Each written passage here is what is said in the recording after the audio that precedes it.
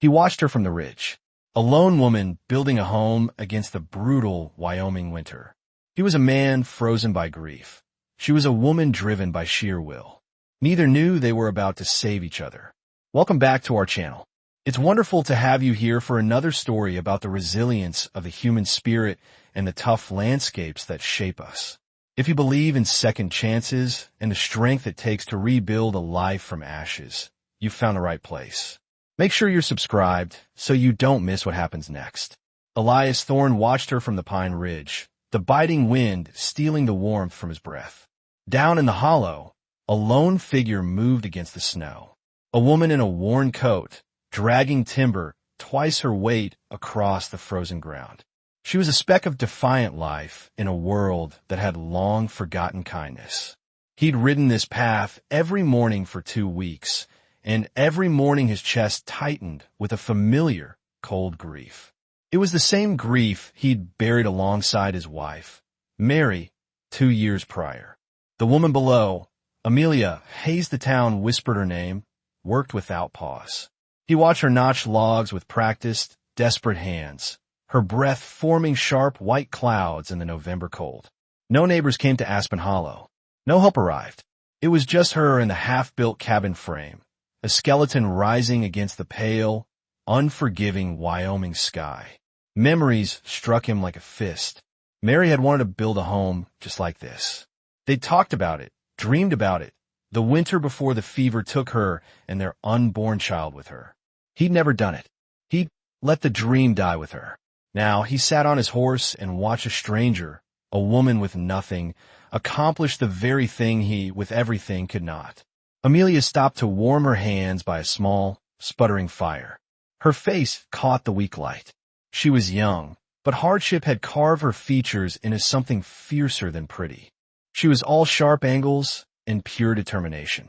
Elias knew that look. He'd seen it in his own mirror 2 years ago, in the raw days before grief had worn all expression away, leaving only emptiness. Why was she alone? The question gnawed at him. Women didn't build cabins single-handed in this territory. Not unless something had gone terribly, fundamentally wrong. His horse shifted beneath him, restless in the cold. Elias tightened the reins, torn. Part of him, the living part, wanted to ride down. The other part, the larger part, wanted to ride away. Mary's memory felt like a wall between him and the living world. Watching the stranger felt like a betrayal of that memory. But he knew, even as he turned his horse, that he'd be back tomorrow. The watching had become a ritual. It was his only emotional tether to anything beyond the suffocating emptiness of his large, silent ranch. Amelia looked up suddenly, her gaze sharp and direct, aimed straight at the ridge. Their eyes met across 200 yards of frost-bitten grassland. For one breathless, suspended moment, neither moved. Then, Elias pulled his horse back into the shadow of the pines and disappeared. Amelia returned to her work, but her hand shook slightly as she lifted the next heavy log. 3 days later, the storm came. It didn't arrive gently. It descended like a hammer blow. Amelia frantically hammered canvas over the exposed walls as snow began to fall in thick, heavy flakes that promised a long, brutal night. Wind picked up, howling through the gaps in the frame, tearing at the tarp. She was losing the race against the weather, and raw panic began to edge into her movements. Hoofbeats, not the wind.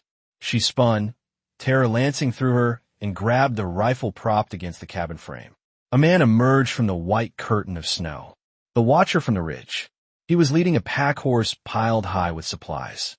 He dismounted without asking permission and, ignoring the rifle pointed at his chest, began unloading.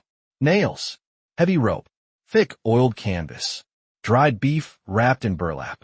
Amelia raised a rifle higher, her arms trembling. I don't need charity. Not charity. His voice was rough, gravelly from disuse. Neighborly sense. This storm will rip that thin canvas clean off by midnight. And what's your price, neighbor? She challenged, her voice tight. Men always have a price. He stopped and looked at her then. Really looked. He saw the fear beneath the defiance. And in his eyes, she saw something that made her finger ease off the trigger. It was loneliness recognizing itself. "Just let me work," he said. She lowered the rifle, but she kept it close. They worked in a tense, charged silence as the storm built into a frenzy around them. He moved with a quiet, powerful competence. He secured her tarps with practiced knots she didn't know, reinforcing weak points she had missed in her haste. Snow accumulated on his hat brim, crusting his shoulders, but he didn't seem to notice. He didn't speak again. By full dark, the cabin was battened down. The structure was groaning under the assault, but it was holding. He tied off the last rope and walked to his horse without a word. "Wait," Amelia called over the wind. He turned, a tall silhouette against the swirling snow. "Who are you?" "Elias Thorne." "Thank you, Mr. Thorne." He nodded once, a curt dip of his chin, and rode directly into the blizzard, disappearing in seconds. Amelia stood in her partially protected cabin, listening to the storm rage. She was confused and deeply unsettled by the stranger who'd helped without asking for anything in return. She whispered to the empty, howling space, "Why would you help me? Nobody helps me." Miles away, at his ranch, Elias unsaddled his horse with numb fingers. His foreman, old Silas, watched from the barn door, a weathered pipe in his hand.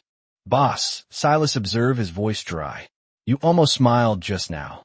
Elias didn't answer, but Silas was right. He'd spoken more words to that woman in 1 hour than he had to anyone, including Silas, in the last 6 months.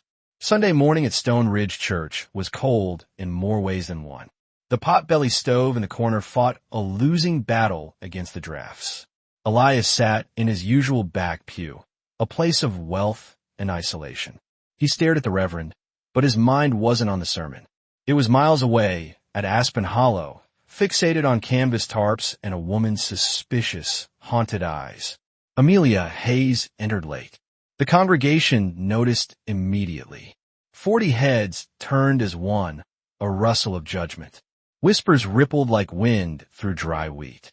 She took the only available seat, front row, isolated, a target for all to see.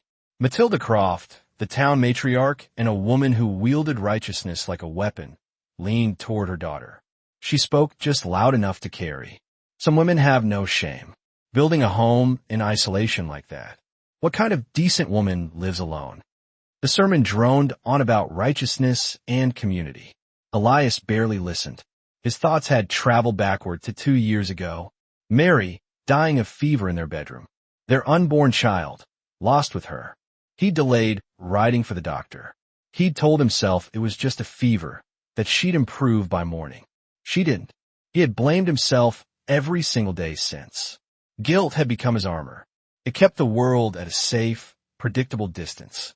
His ranch was successful, a monument to the emptiness that everyone respected and no one dared to question. After the service, Matilda Croft positioned herself near the church steps, a spider in the center of her web, ready to catch her prey. Amelia walked past, her head held high, ignoring the pointed looks and cold shoulders. Elias made his decision. He crossed the churchyard, his boots crunching on the frozen snow, and nodded to Amelia. It was a simple, public acknowledgement, but it was witnessed by everyone. The whispers stopped. Matilda's voice rang out, sharp as glass. "Strange company you're keeping, Elias Thorne." The congregation waited, breathless. Elias faced the fork in his road. He could retreat to his safe, cold isolation, or he could step forward into the risk of living. He chose risk. "Mrs. Hayes." He tipped his hat. "Mr. Thorne." Her voice was steady, but a flicker of surprise, and something else, guarded hope, lit her eyes. "The storm didn't take your walls down, I see." "No, it didn't." "Thank you," she said softly. That afternoon, Elias rode to Aspen Hollow. He didn't stop at the ridge to watch. He rode directly to the cabin site. Amelia watched him approach, her hand near her axe. He dismounted, walked past her, and picked up a saw from her tool pile. He tested its weight, then met her eyes. "If you'll have the help," he said, "I'll help you build." Amelia studied him for a long, silent moment. She was weighing the risks against the crushing weight of her task. She weighed the danger of a man against the danger of the coming winter. Finally, she nodded once. Then you'd better know how to notch timber properly. The distance between them closed. 2 weeks passed. The cabin took shape. They fell into a rhythm, born of work and shared purpose. Elias arrived at dawn. He worked until dark. They spoke little but accomplished much. The walls rose log by log. The roof frame began to take form. The work was hard, physical, and profoundly good. And Elias felt something in his chest. A knot of ice he'd carried for 2 years begin to loosen. Amelia learned fast. He taught her the proper notching techniques, how to read the grain of the wood, where to place the critical support beams. Their hands touched briefly, passing tools. A small, charged moment that both of them noticed and neither acknowledged. They were building more than just a house. They were building trust, one log at a time. If you're finding value in this story of human connection, a simple like helps us share these moments with more people. Evening meals by the firelight became their ritual. The conversations remained sparse, but they were weighted with unspoken meaning. Your husband, he built before? Elias asked one night, staring into the flames. Tom, she said, her voice flat. No, he was a ranch hand, died in a range dispute last year. She poked the fire. The town blamed him as a troublemaker. I inherited the shame and his debts. Elias nodded, understanding more than she'd said. This town's good at blame, he said quietly. The next morning, they discovered half of Amelia's precious timber pile had been stolen overnight. This was winter wood, survival which she couldn't afford to lose. Amelia's face went pale, then white with a cold, desperate rage. I'll find it, Elias said, his voice hard. It's not your fight, she started. I'll find it. He tracked the thieves to a drifter camp 5 miles out. 3 men, drunk and careless with their tracks. Elias recovered every log and delivered a warning cold enough to freeze blood. When he returned the wood to her property, she was waiting, axe in hand. You didn't have to do that. Yes, he said, meeting her gaze. I did. That night, Elias dreamed of Mary. He dreamed of her smile, of her hand in his. He woke in a cold sweat, drowning in guilt. Was helping Amelia, feeling this fragile warmth for her, a betrayal of his wife's memory? The next morning, he arrived at Aspen Hollow distant, silent, and cold. He worked with a grim fury, his armor back in place. Amelia noticed immediately. She set down her hammer and looked at him, her gaze unflinching. Grief isn't betrayal, Elias. The dead don't want us to be dead, too. Her words, so simple and true, cracked something deep in his chest. He nodded, unable to speak, and returned to work with a new, different intensity. He was building not just a cabin, but something new within himself. The blizzard hit without warning. One moment they were working on a roof frame. The next, the world disappeared into a chaotic, howling white. The temperature plummeted. The wind howled like a living, angry thing.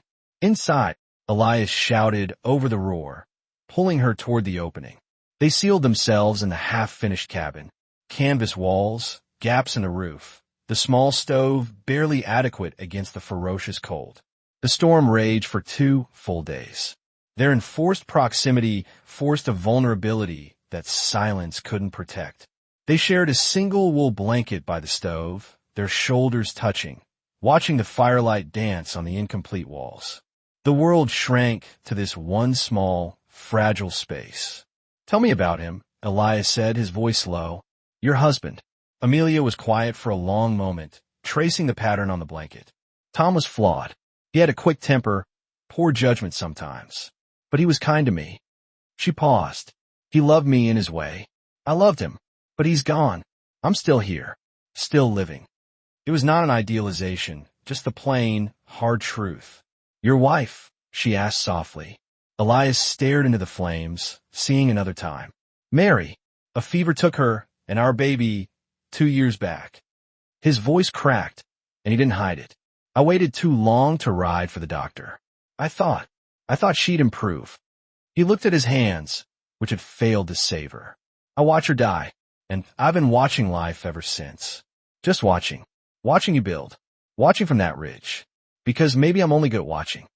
Amelia turned to face him fully, the small space charged with their shared loss. Then stop watching and start living. The words hung between them like a dare. Elias looked at her, truly looked at her, and saw someone as broken and as brave as himself. He leaned in and kissed her.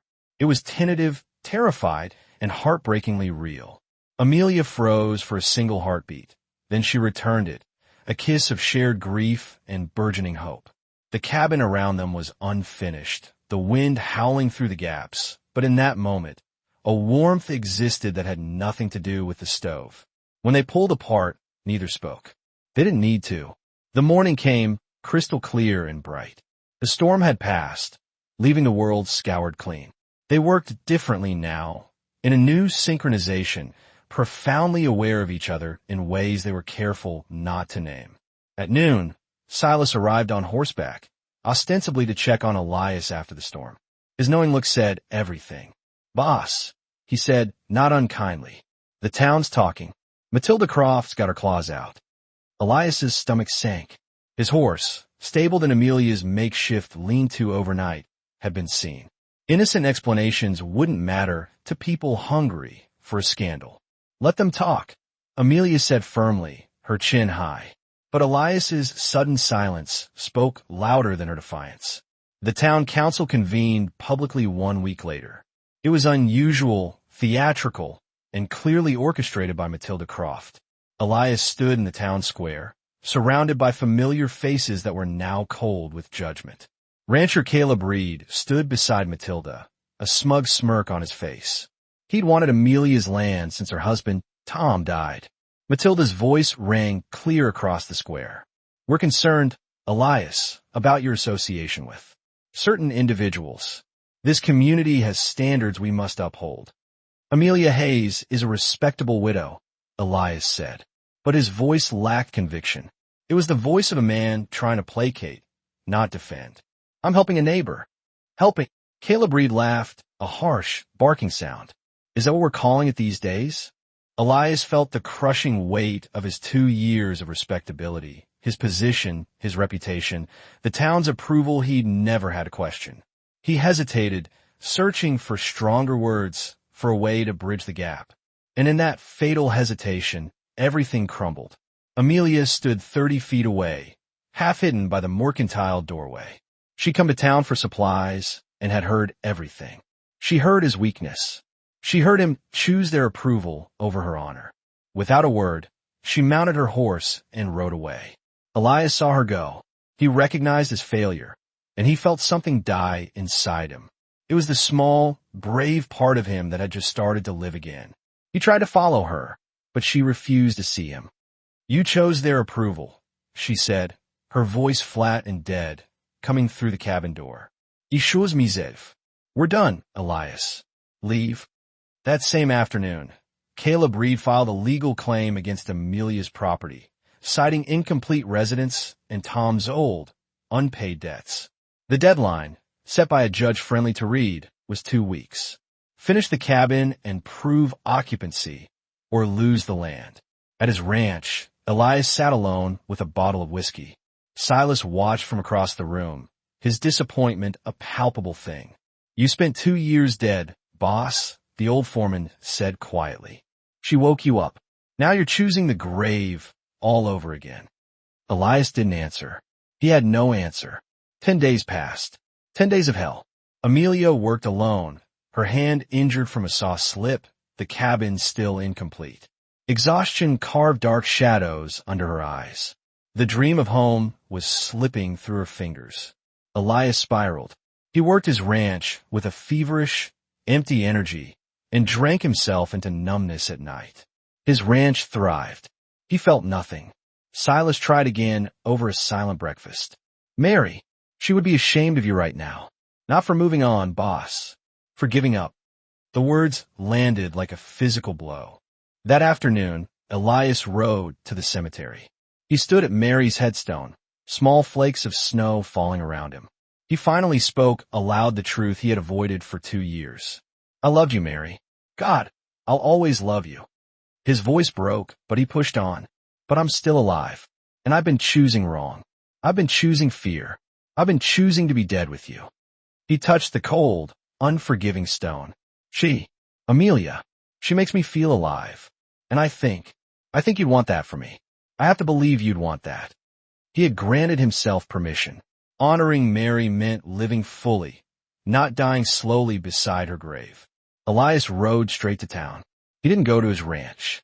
He went to the saloon, where he knew the council held its informal meetings. He found them, Caleb Reed among them, and slammed Reed's fraudulent papers on the bar. This claim is built on lies, Elias said, his voice ringing with a new authority that silenced the room. Tom Hayes's debts were paid. I have the receipts. He threw them down. Caleb wants her land, not justice. Matilda Croft rose, her face pinched. This isn't about land, Elias. It's about morality. It's about cruelty, Elias interrupted, his eyes blazing. Dressed up as righteousness. Amelia Hayes is worth 10 of you, Matilda. She's braver, kinder, and stronger than anyone in this room. He looked around at the familiar faces, his neighbors. You want to judge her? Then you judge me alongside her. I stand with Amelia Hayes. The room divided before his very eyes. Matilda's faction remained hostile, rigid with indignation. But others, younger families, the blacksmith, several ranchers who despised Reed, shifted. Respect for courage had finally outweighed the appetite for scandal. Silas stepped forward from the back of the room. I'll help finish that cabin. Me too, said the blacksmith. One by one, others joined. At dawn, Elias led a dozen men to Aspen Hollow. Amelia met them on the porch, rifle ready, her face a mask of confusion and exhaustion. Elias dismounted and walked toward her, stopping a few feet away. He met her eyes, offering no excuses, only the truth. I was a coward. I'm not anymore. I'm here now. All of us. Let's help you build. Amelia looked at him, at the wary but determined men behind him. She weighed a lifetime of mistrust against this one desperate chance. Finally, she nodded once, her throat tight. Then pick up a hammer. 3 days of frantic, hard work transformed Aspen Hollow. The community that showed up wasn't the whole town, but it was the better half. Walls rose in a coordinated effort. The roof was secured, the door was hung, the floor was laid. The cabin became real. Solid, sturdy. A home. Laughter rang out. Shared meals, collective pride. The true spirit of the West, reclaimed from petty judgment. Amelia and Elias worked side by side. They spoke few words, but there was a constant, solid awareness between them. They were rebuilding trust, one nail, one log at a time. On the third afternoon, just as the last window was set, Caleb Reed arrived with 4 hired men. He carried papers and wore a gun on his hip. This property's under dispute, Reed announced, his voice oily. You're all trespassing. The work stopped. The air crackled. Men reached for hammers and axes, tools that could quickly become weapons. Elias stepped forward. Silas moved to stand beside him. The only trespasser here is you, Caleb. Caleb's hand moved toward his gun. The tension peaked, violence hovering one heartbeat away. Then, Amelia walked through the line of her defenders. She held her land deed in her hand. She faced Caleb directly, her small frame radiating pure steel. This is my home, she said, her voice steady as stone. I'm not leaving, and you are trespassing. The completed cabin stood behind her. It was proof of residence, proof of community. It was proof of a will stronger than greed. The sheriff, who'd been watching quietly from his horse, finally spoke. She's right, Caleb. The council reviewed your claim again yesterday, with new evidence. He nodded toward Elias. It's denied. You got no business here. Caleb looked at the dozen unified, grim-faced men around him. He looked at the sheriff. He looked at the completed cabin. He had lost. He mounted his horse, his face twisted with humiliation. This isn't over, he muttered. Yes, Elias said quietly, moving to stand beside Amelia. It is. Caleb Reed and his men rode away. The helpers departed as evening fell, leaving Amelia and Elias alone in the completed cabin. Lantern light warmed the new log walls. The small space felt enormous with possibility. I don't know how to do this, Elias said, his voice low. Living again. I'm still scared. So am I, Amelia replied, not looking away. But we build it, one day at a time, like the cabin. He took her hand. It was calloused and strong. She didn't pull away. They stood in their completed work, a structure built not just of timber and nails, but of trust and second chances made tangible. Elias pulled her close and kissed her. There was no hesitation this time, no fear, only the solid promise of a new beginning. Outside, the first stars appeared in the vast Wyoming sky. Inside, a home began. Spring arrived like a promise kept. Amelia stood at the cabin door at dawn, a coffee cup warming her hands. 3 months had passed. The cabin had evolved. A small, fenced garden was planted. A corral had been built for Elias's horse, which was now a permanent resident. Curtains hung in the windows. These were the small, sure signs of 2 lives merging into one. Silas and the ranch hands came for Sunday supper now, a new, found family forming around the couple. Laughter now filled the space, replacing the silence that had defined Elias's life for so long. That morning, they walked to church together. Amelia's hand was steady in Elias's. They were ready to face whatever came. Some glares remained. Matilda's faction was smaller now, bitter but increasingly irrelevant. Younger families greeted them warmly. The town was learning. Acceptance wasn't complete, but it was growing like the first green shoots of spring. After the service, they rode back to Aspen Hollow, content in a comfortable quiet that needed no words. On the porch that evening, they talked of the future, expanding the cabin, adding a room for a study. Maybe children, someday. They were building forward now, not just surviving. You ever regret it?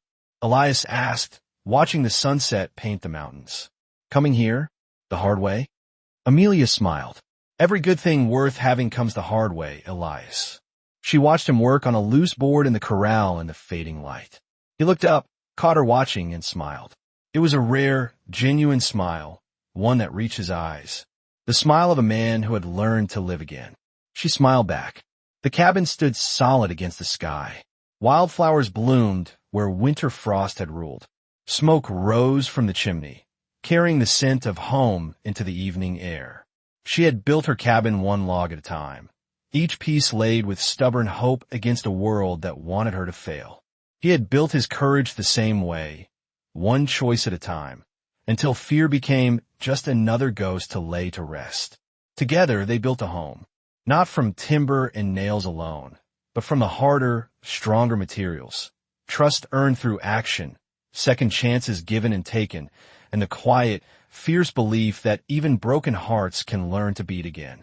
Spring rain began to fall, soft and renewing.